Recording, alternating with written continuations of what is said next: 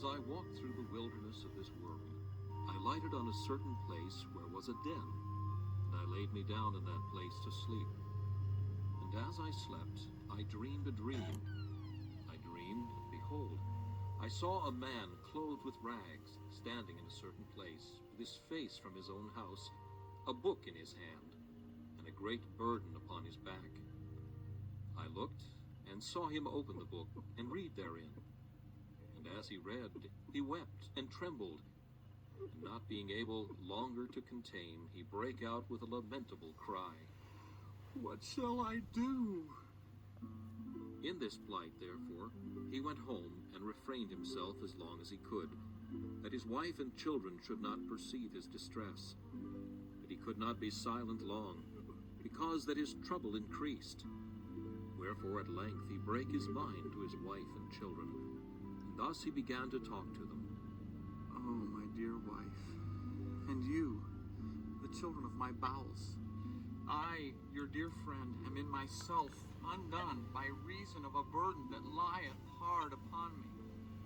Moreover, I am for certain informed that this our city will be burned with fire from heaven, in which fearful overthrow both myself with thee, my wife, and you, my sweet babes, shall miserably come to ruin, except the which yet I see not, some way of escape can be found, whereby we may be delivered." At this his relations were sore amazed, not for that they believed that what he said to them was true, but because they thought that some frenzied distemper had got into his head. Therefore, it drawing towards night, and they hoping that sleep might settle his brains, with all haste they got him to bed. But the night was as troublesome to him as the day. Wherefore, instead of sleeping, he spent it in sighs and tears. So when the morning was come, they would know how he did. He told them, "Worse and worse." He also set to talking to them again. But they began to be hardened. They also thought to drive away his distemper by harsh and surly carriages to him. Sometimes they would deride, sometimes they would chide, and sometimes they would quite neglect him. Wherefore he began to retire himself to his chamber, to pray for and pity them, and also to condole his own misery. He would also walk solitarily in the fields, sometimes reading, sometimes praying, and thus for some days he spent his time. Now I saw upon a time, when he was walking in the fields, that he was, as he was wont, reading in his book, and greatly distressed in his mind. And as he read, he burst out as he had done before, crying, "What shall I do to be saved?" I saw also that he looked this way and that way, as if he would run. Yet he stood still, because, as I perceived, he could not tell which way to go. I looked then, and saw a man named Evangelist coming to him, and asked, "Wherefore dost thou cry?" "Sir, I perceive by the book in my hand that I am condemned to die, and after that to come to judgment. And I find that I am not willing to do the first, nor able to do the second." "Why not willing to die, since this life is attended with so many evils?" "Because I fear that this burden which is upon my back will sink me lower than the grave, and I shall fall into Tophet. And, sir, if I be not fit to go to prison, I am not fit, I am sure, to go to judgment, and from thence to execution. And the thoughts of these things make me cry." "If this be thy condition, why standest thou still?" "Because I know not whither to go." Then he gave him a parchment roll, and there was written within, "Flee from the wrath to come." The man therefore read it, and looking upon Evangelist very carefully, said, "Whither must I fly?" Then said Evangelist, pointing with his finger over a very wide field, "Do you see yonder wicket gate? "No, Do you see yonder shining light? I think I do." Keep that light in your eye, and go up directly thereto. So shalt thou see the gate, at which, when thou knockest, it shall be told thee what thou shalt do."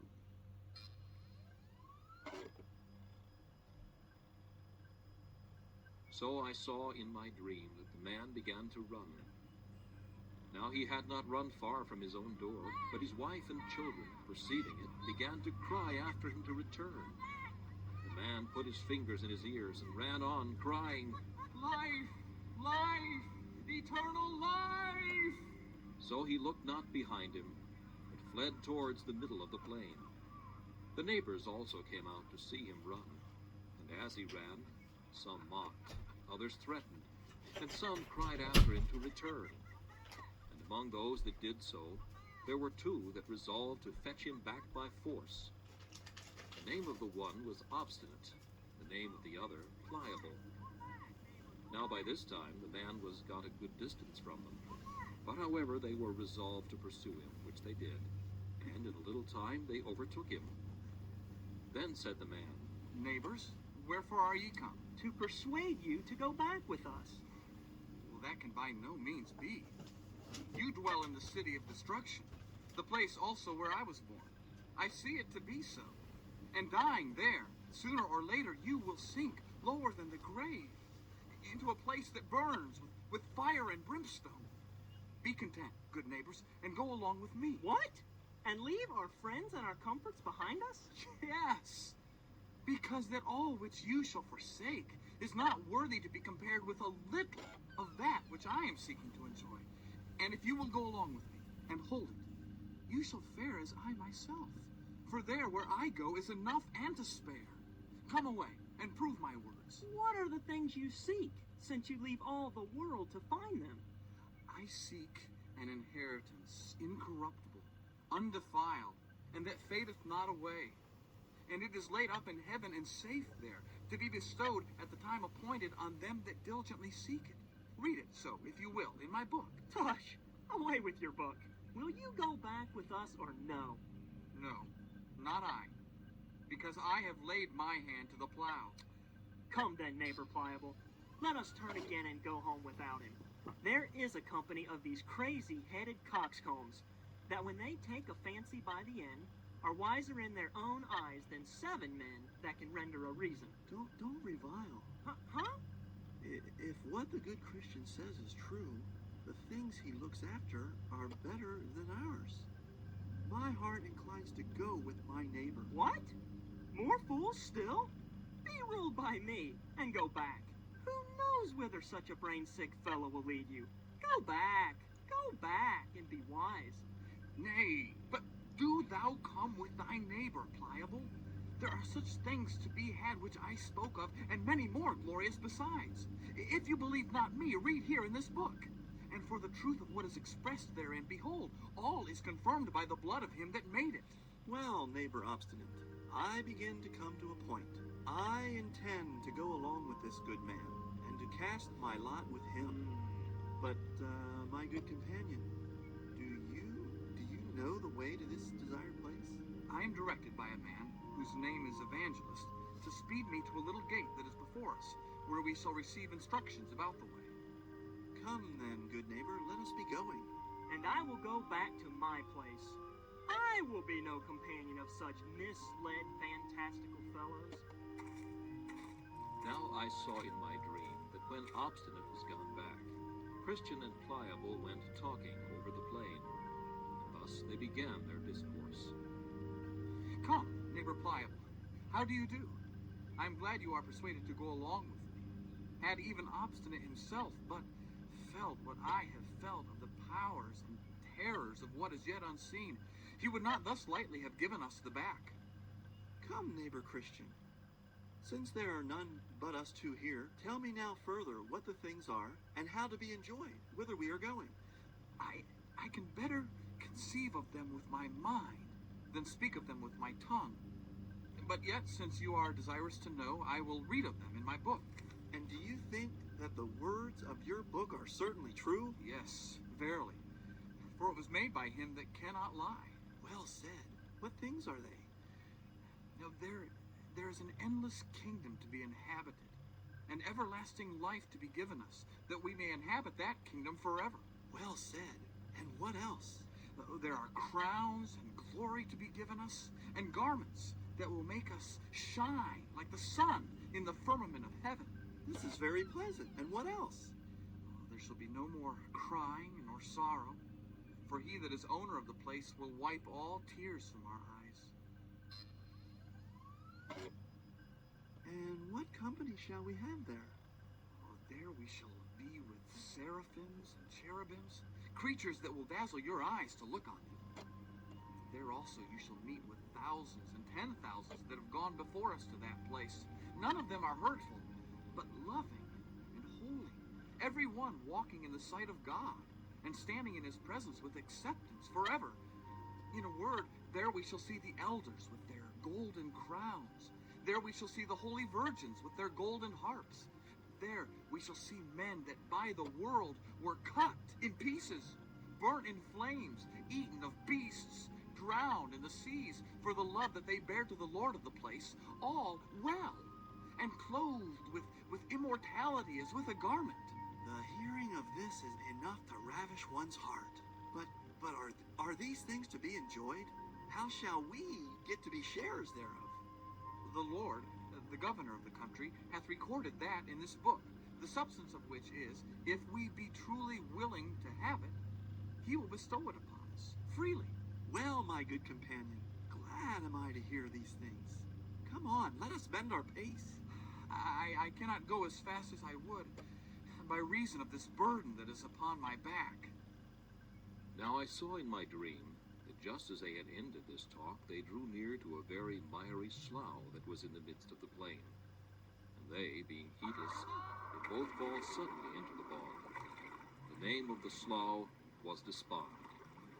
Here, therefore, they wallowed for a time, being grievously bedaubed with the dirt. And Christian, because of the burden that was on his back, began to sink in the mire.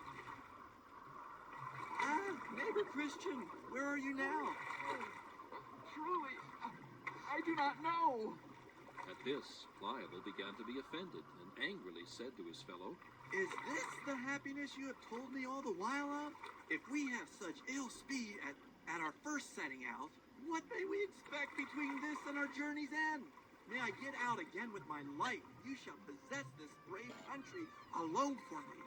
and with that he gave a desperate struggle or two, and got out of the mire on that side of the slough which was next to his own house. So away he went, and Christian saw him no more.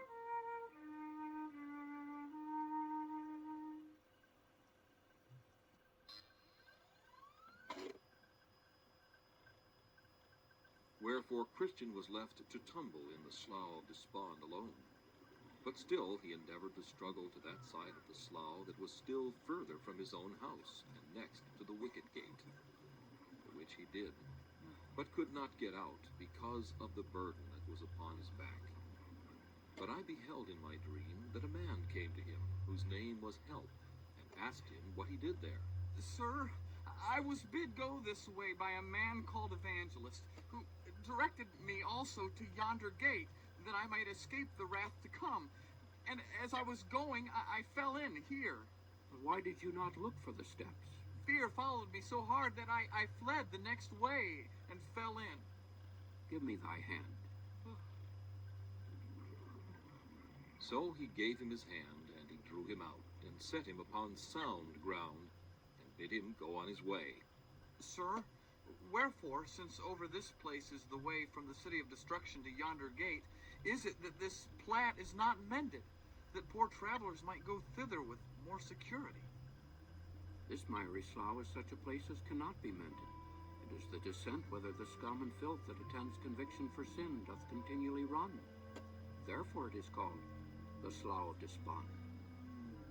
Still, as the sinner is awakened about his lost condition, there ariseth in his soul many fears and doubts, discouraging apprehensions, which all of them get together and settle in this place. This is the reason for the badness of the ground. It is not the pleasure of the king that this place should remain so bad. His laborers also have, by the direction of his majesty, surveyors, and for above these 1600 years employed about this patch of ground. Perhaps it might have been mended. Yea, and to my knowledge, here have been swallowed up at least 20,000 cartloads, yea, millions of wholesome instructions, that have at all seasons been brought from all places of the king's dominions. They that can tell say they are the best materials to make good ground of the place. If so be, it might have been mended. But it is the Slough despond still, and so will be, when they have done what they can.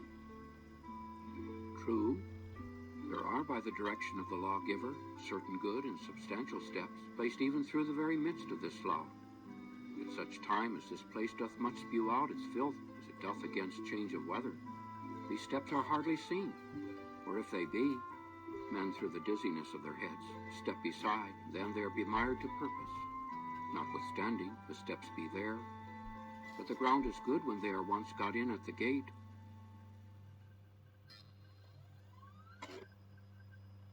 Now I saw in my dream that by this time Pliable was got home to his house again, so that his neighbors came to visit him. And some of them called him wise man for coming back. Some called him fool for hazarding himself with Christian.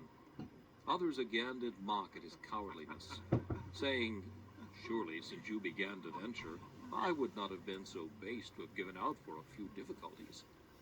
So Pliable sat sneaking among them. But at last he got more confident. Then they all turned their tails and began to deride poor Christian behind his back, and thus much concerning Pliable.